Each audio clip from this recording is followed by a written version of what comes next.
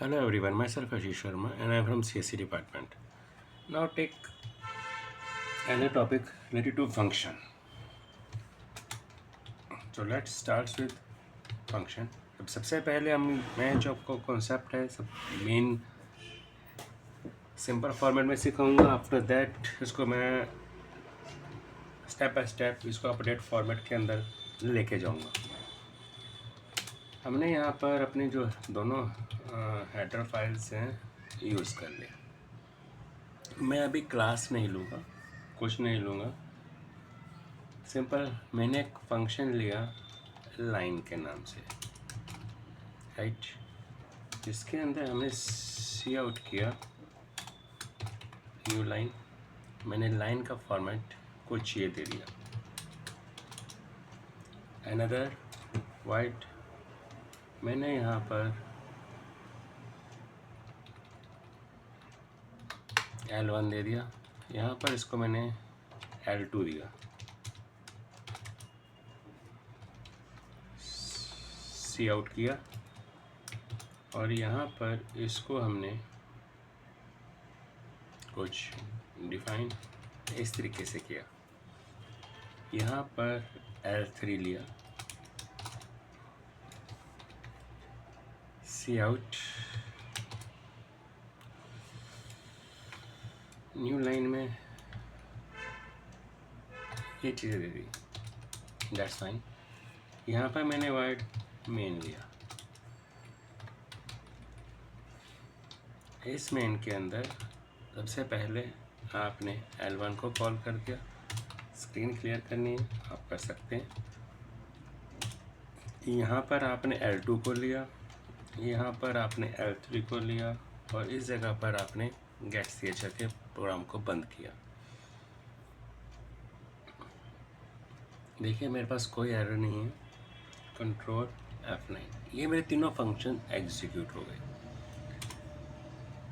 आप कितनी बार मर्जी कॉल कर सकते हैं, ये आपके ऊपर डिपेंड है. आपने L4 ले लिया, सॉरी मैंने यहाँ पर L1 अगेन ले लिया, यहाँ पर आपने L3 ले लिया.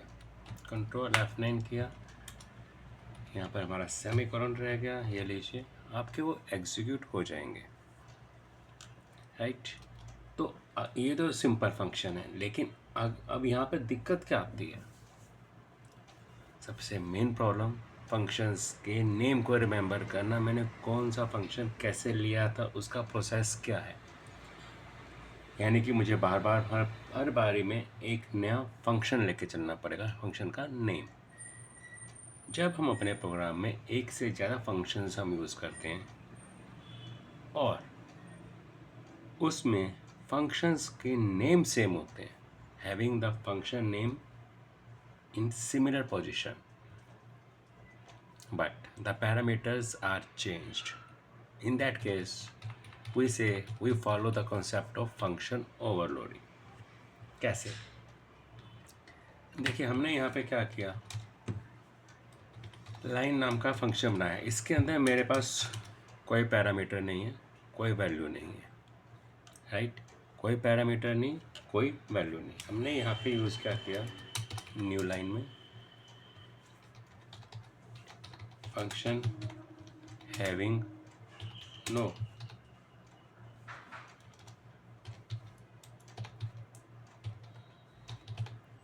Parameter, right. अब इस जगह पर मैंने अगर दोबारा लाइन नाम का फंक्शन बनाया, अब तो बन तो जाएगा लेकिन रन टाइम में प्रॉब्लम आ जाएगी. इसके अंदर हमने एक पैरामीटर दे दिया या फिर आर्गुमेंट्स दे दिए, हटाया. आप यहाँ पे दे दिया. पहले मैं आपको दो का ही करके दिखाता हूँ. Function having single argument, right. एक और लेके चल लेते हैं, वाइड लाइन, जिसके अंदर हमने इंटीजर A और इंटीजर B दोनों लेके चले. और मैं वैल्यूज़ नहीं प्रिंट कर रहा है, वैल्यूज़ भी आपको प्रिंट करके दिखाऊंगा.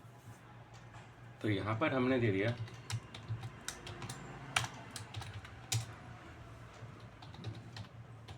function having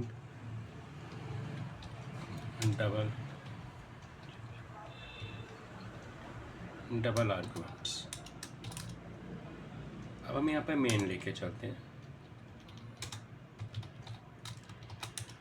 मैंने अपना मेन लिया।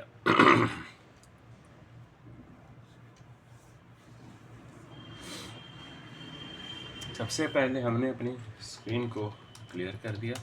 मैं पहले वो कॉल कर रहा हूँ जिसके अंदर दो पैरामीटर्स, दो वैल्यूज़ हमने यहाँ पर दे दी। मैं भी वैल्यूज़ को पुश नहीं कर रहा हूँ। नेक्स्ट प्रोग्राम में मैं इसका करूँगा लाइन, फिर वो लेके आता हूँ जिसके अंदर कुछ सिंगल वैल्यू है, और आपने राइट आपने कंट्रोल F9 किया। ये लीजिए, आपके पास उसी स्टाइल के अंदर सारी चीज़ें आ गई।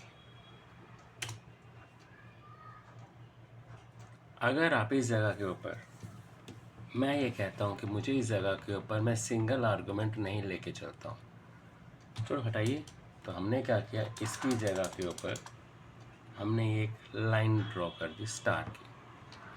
कंट्रोल F9 आपने चेक किया, ये लीजिए। अगर मैं इसके बाद भी चाहता हूँ तो इस जगह के ऊपर हमने अगेन लाइन को कॉल कर दिया। कंट्रोल F9, ये लीजिए। अगर ऊपर भी चाहते हैं तो इस जगह के ऊपर आपने यहाँ पर लाइन को कॉल कर दिया, राइट। ये सबसे सिंपल प्रोग्राम है कॉन्सेप्ट समझने के लिए। मेरे पास फंक्शन ओवरलोडिंग है क्या, क्योंकि देखिए यहाँ पर आपने 3 फंक्शंस दिए हैं और तीनों का नाम सेम है, लाइन लाइन लाइन, बट अंदर पैरामीटर्स या आर्गुमेंट्स आप कुछ भी कह सकते हैं, ये चेंज है। अगर हम इनकी वैल्यूज़ को जनरेट करना चाहें, वैल्यूज़ यूज़र डिफाइन करना चाहें, वो भी हो जाएगा। But first of all you do it. Next program के अंदर हम जरा इन वैल्यूज़ के ऊपर वर्क करना सीखेंगे। So till then, thank you for watching my video.